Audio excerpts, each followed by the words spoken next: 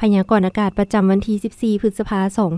2025 ความกดดันต่ำของอากาศร้อนได้ปกคลุมอยู่ทั่วทุกภาคของประเทศลาวด้วยกำลังอ่อนสมทบกับกระแสลมตะวันตกเฉียงใต้พัดปกคลุมซึ่งจะเฮ็ดให้อากาศร้อนและยังจะมีฝนตกฟ้าร้องฟ้าเหลื่อมในระดับคอยอยู่เกือบทั่วไปและตกปานกลางหาตกหนักอยู่แขวงภาคกลางลงหาภาคใต้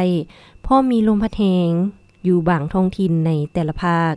พยากรณ์อากาศแต่ 7 โมงของวันที่ 14 หา 7 โมงของวันที่ 15 พฤษภาคม 2025 ภาคเหนือด้านตะวันออกอากาศเย็นในตอนกลางคืนหาตอนเช้าและจะมีฝนตกฟ้าร้องฟ้าเหลื่อมในระดับคอยอยู่บางท้องถิ่นพอมีลมพัดแรงเป็นบางโอกาสหรือเนื้อที่ปกคลุมของฝนเท่ากับ 35 ส่วนห้อยอุณหภูมิระหว่าง 12 หา 31 องศาภาคเหนือด้านตะวันตกอากาศร้อนจะมีฝนตกฟ้าร้องฟ้าเหลื่อมในระดับคอยหาปานกลางอยู่บางท้องถิ่นโดยเฉพาะแขวงหลวงน้ำทาและบ่อแก้ว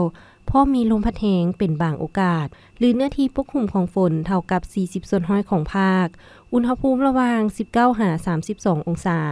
นครหลวงวิงจันทร์อากาศร้อนและจะมีฝนตกฟ้าร้องฟ้าเหลื่อม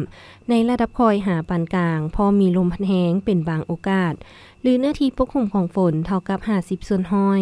อุณหภูมิระหว่าง 26 หา 34 องศา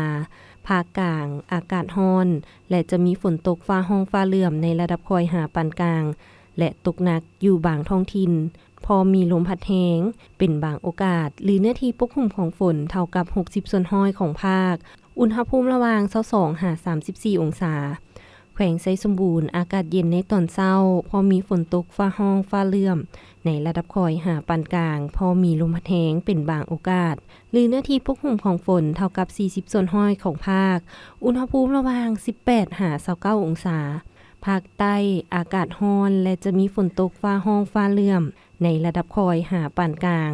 และตกหนักอยู่บางท้องถิ่นพอมีลมพัดแรงเป็นบางโอกาสหรือเนื้อที่ปกคลุมของฝนเท่ากับ 60 ส่วนห้อยของภาคอุณหภูมิระหว่าง 24 หา 36 องศา